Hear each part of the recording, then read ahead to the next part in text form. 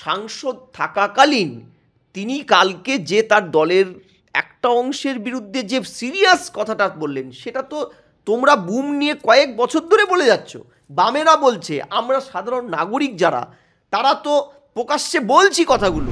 আমরা দেখলাম সুজিত বসুর বাড়িতে মাঝে মধ্যে ইডি আধিকারিকটা চা খেতে যায়, তার রেস্টুরেন্টে চা খেতে যায়, কিছু দক্ষিণা নেয়, সেটা বড় করে ফেসবুকে ইয়ে করে। সুজিত ঘোষ তো বলেই দিয়েছে, এই তো শুরু হলো ডেলি প্যাসেঞ্জারি ভোটের আগে। তিনি বিচারপতি থাকাকালীনও ব্যাড স্মেল পেয়েছিলেন এই দুর্নীতির। তোমার বোধহয় মনে আছে, তিনি সিবিআইয়ের আধিকারিককে পাল্টে দেওয়ার ইয়ে করেছিলেন, পাল্টেও দিয়েছিলেন। আসবো, আমরা দেখেছিলাম যে একেবারেই প্রাক্তন বিচারপতি অভিজিৎ গাঙ্গুলি, বর্তমানে বিজেপির সাংসদ, তিনি এই নিয়োগ দুর্নীতি নিয়েই দাবি করছেন যে গুচ্ছ গুচ্ছ প্রমাণ থাকা সত্ত্বেও তৃণমূলের বড় বড় নেতার বিরুদ্ধে পদক্ষেপ নিতে ব্যর্থ ইডি সিবিআই। দেখো, তিনি বিচারপতি থাকাকালীনও ব্যাড স্মেল পেয়েছিলেন এই দুর্নীতির। তোমার বোধহয় মনে আছে, তিনি সিবিআইয়ের আধিকারিককে পাল্টে দেওয়ার ইয়ে করেছিলেন, পাল্টেও দিয়েছিলেন। ঠিক একইভাবে আরেকজন বিচারপতি জাস্টিস সিনহা, অমৃতা সিনহাও কিন্তু ইডির আধিকারিককে প্রশ্ন করেছিল যে লিপস অ্যান্ড বাউন্স যে ভুয়ো কোম্পানি, শেল্ড কোম্পানি, তার কি ম্যানেজিয়াল পোস্ট হোল্ড করে থাকা অভিষেক ব্যানার্জি, যার একাধিক সম্পত্তি, একটা বড় অঙ্কের টাকার সম্পত্তি অ্যাটাচড করা হয়েছে, তার নাকি আমরা দেখছিলাম প্রায় 700-800 পেজের তার সম্পত্তির হিসাব জমা করতে হয়েছে। তারপরে তার নাকি কোনো অ্যাকাউন্ট বই খুঁজে পায়নি, কোনো ব্যাঙ্ক অ্যাকাউন্ট পায়নি, খুঁজে পায়নি। ইডি আধিকারিকরা প্রশ্ন করেছিল, ইডির সিবিআইয়ের ডিগনিটি নিয়ে প্রশ্ন করেছিল, ওয়ান অফ দ্য এক্সট্রিম অর্গানাইজেশনের কঙ্কালসার অবস্থা, এটা নিয়ে প্রশ্ন করেছিল এই দুজন। আজকে জাস্টিস গাঙ্গুলি তার বিচারপতির পদ থেকে অবসর অ্যাডভান্স রিজাইন দিয়ে পদত্যাগ করে তিনি বিজেপি সাংসদ হয়েছেন। এবার প্রশ্নটা হচ্ছে, সাংসদ থাকাকালীন তিনি কালকে যে তার দলের একটা অংশের বিরুদ্ধে যে সিরিয়াস কথাটা বললেন, সেটা তো তোমরা বুম নিয়ে কয়েক বছর ধরে বলে যাচ্ছ। বামেরা বলছে, আমরা সাধারণ নাগরিক যারা, তারা তো প্রকাশ্যে বলছি কথাগুলো। যেখানে একাধিক রাজ্যে ভোটের আগে তুমি দেখো, ঝাড়খণ্ডের তৎকালীন মুখ্যমন্ত্রী জমি কেলেঙ্কারিতে জেলে গেল।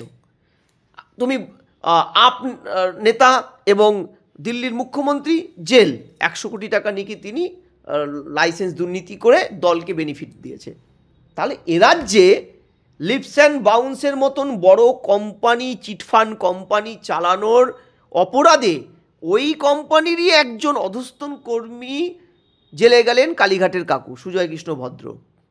কিন্তু ভদ্র সাহেবের কোকিল কণ্ঠ আমরা কয়েকটা জীবনকৃষ্ণ ভদ্রের মহালয়ে শুনে ফেললেও এই ভদ্রের কোকিল কণ্ঠ আমরা আজও শুনতে পেলাম না। কোথায় গেল বলো তো? আচ্ছা, একে একে আসো। চাকরি চুরির সাথে অভিযুক্ত অলমোস্ট সবাই ছাড়া পেয়ে গেছে, পার্থও ছাড়া পাবে, অলরেডি জামিন হয়ে গেছে, কিছু প্রসিডিউরাল লেনদিনেসের জন্য এগুলো হচ্ছে। আচ্ছা, সায়নী ঘোষ মনে আছে, যুব নেতৃত্ব থেকে এমপি হলেন, তার বাড়ির সামনে, তার বাড়িতে পঞ্চায়েত ভোটের আগে আগে তাকে সিবিআই করবে ইন্টারোগেশন, তার বাড়ির সামনে ভুড়ি ভুড়ি কাগজ চালানো অবস্থায় পাওয়া গেল। তারপর সায়নী ঘোষকে পঞ্চায়েত ভোটের আগে একটা সক্রিয়তা দেখা গিয়েছিল, অতি সক্রিয়তা, তারপরে আর কোথাও কোনো আওয়াজ পাও তোমরা? কোথাও কোনো আওয়াজ নেই। একটার পর একটা এই চুরি ছ্যাঁচড়ামি যারা তৃণমূলের নেতারা পদে বসে থেকে করেছেন, অলমোস্ট কারও বিরুদ্ধে কোনো ব্যবস্থা নিতে পারেনি। শেষতম সিবিআইয়ের চরম ব্যর্থতা আরজিকর, একাধিক তৃণমূল নেতা আটকে যেত। আচ্ছা, তুমি অতীন ঘোষ, আরজিকরের দুর্নীতির মামলায় অতীন ঘোষের বাড়িতে কিছুদিন আগে রেড হয়েছিল না? তারপরে কী হলো আমরা জানি না তো। আমরা দেখলাম সুজিত বসুর বাড়িতে মাঝে মধ্যে ইডি আধিকারিকটা চা খেতে যায়, তার রেস্টুরেন্টে চা খেতে যায়, কিছু দক্ষিণা নেয়, সেটা বড় করে ফেসবুকে ইয়ে করে। সুজিত ঘোষ তো বলেই দিয়েছে, এই তো শুরু হলো ডেলি প্যাসেঞ্জারি ভোটের আগে।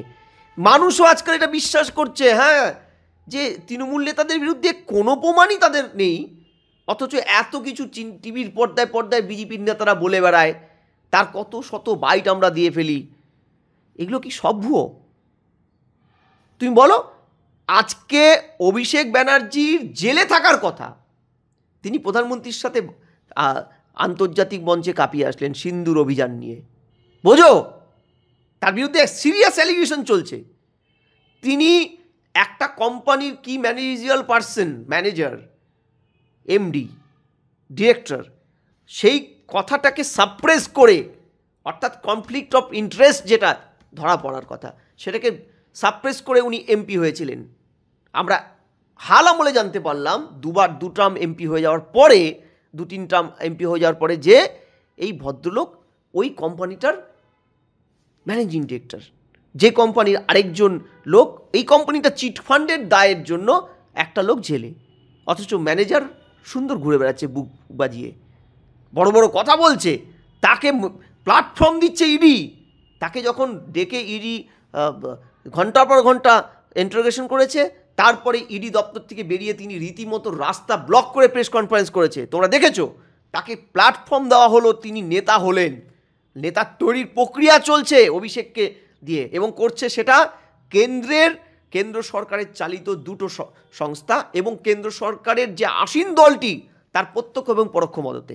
ফলে সেই প্রশ্নটাই এত বছর পরে হতাশ হয়ে গিয়ে, এমপি হয়ে গিয়েও যখন দেখছে এই রাজ্যে যার বিরুদ্ধে তার লড়াইটা ছিল, যে বিষয়টার বিরুদ্ধে তার কর্মজীবনটার শেষ দিকটা মানে আন্দোলিত হয়েছিল, দুর্নীতি, আজকে এই যে দুর্নীতিটা প্রকাশিত হয়েছে, তার তো পুরোটাই মানে কি বলবো, ক্রেডিট এই জাস্টিস গাঙ্গুলির।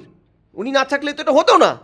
তাহলে তারপরে যখন যে বিষয়টার বিরুদ্ধে তিনি লড়াই করলেন এবং ওই পদে বসে থেকে পারছিলেন না বলেই বিজেপিতে জয়েন করলেন, করে এমপি হলেন, ভাবলেন একটা অন্তত কিছু করবেন, সেই লোকটাই যখন দেখছে যে দলটি কার্যত তৃণমূলকে পলিটিক্যাল বেনিফিট দিচ্ছে, একের পর এক, অন্য রাজ্যে তাদের ইডি সিবিআর দৃষ্টিকোণ আলাদা, এই রাজ্যের ক্ষেত্রে সম্পূর্ণ ভিন্ন, তাহলে দলটা চলবে কি করে বলো তো? এই যে ভোট পরবর্তী হিংসায় শত শত হাজার হাজার বিজেপি কর্মী, যেহেতু ওরাই প্রধান বিরোধী দল, বামেদেরও কিছু ঘরছাড়া হয়েছে, কিন্তু যেহেতু এদের সংখ্যাটা বেশি, সমর্থক এদের সংখ্যা বেশি ঘরছাড়া, অন্য রাজ্যে এখনও অনেকে আশ্রয় নিয়ে বসে আছে, গ্রামে ফিরতে ভয় পায়, মেরে ফেলবে। কলকাতায় অভিজিৎকে কুকুরের চেন গলায় জড়িয়ে দিয়ে মারলো, যারা মারলো সেই পুলিশ আধিকারিক এবং পরেশ পাল বিধায়ক, তারা সব বাইরে ঘুরে বেড়াচ্ছে, ইলিশ উৎসব করছে। দেখো, বড় বড় হোর্ডিং করে ইলিশ উৎসব করছে, কত বড় বুকের পাটা, কে দিচ্ছে এই বুকের পাটাটা? কারণ ইডি সিবিআই এখানে সেই জাস্ট সুপ্রিম কোর্টের সেই কথা, তোতা পাখি, এই তোতা পাখির ভূমিকাটা পালন করছে কেন্দ্র সরকারে আসীন বিজেপির।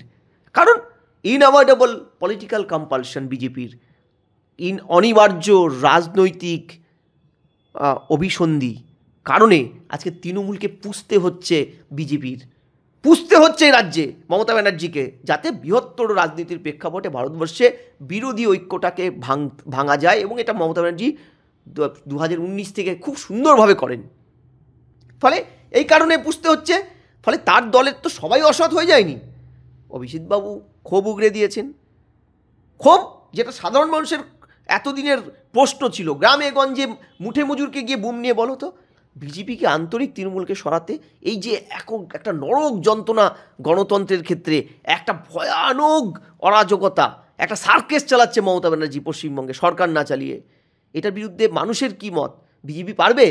তুমি 100টা লোককে জিজ্ঞাসা করো গ্রামে গিয়ে, আমি শহরের সচেতন নাগরিককে আমি বলছি না, গ্রামে মুঠে মজুরদের জিজ্ঞাসা করো, একটাই কথা বলবে, বিজেপি আন্তরিক নয়। কারণ বিজেপি মমতা ব্যানার্জিকে চায় এ রাজ্যে, আরএসএস মমতা ব্যানার্জিকে চায় এ রাজ্যে, কারণ আরএসএসের হিডেন এজেন্ডা তো তিনি অক্ষরে অক্ষরে পালন করছেন, এই রাজ্যে অক্ষরে অক্ষরে পালন করে যাচ্ছেন। ফলে কি প্রয়োজন বিজেপিকে আনার এখানে? বিজেপি পদে থেকে যেটা করতে পারতো, সেটা করতে গিয়ে জনবিক্ষোভের মুখে পড়তে পারতো, বিজেপির নাম কালিমা লিপ্ত হতো, সেটাই মমতা ব্যানার্জি করছেন।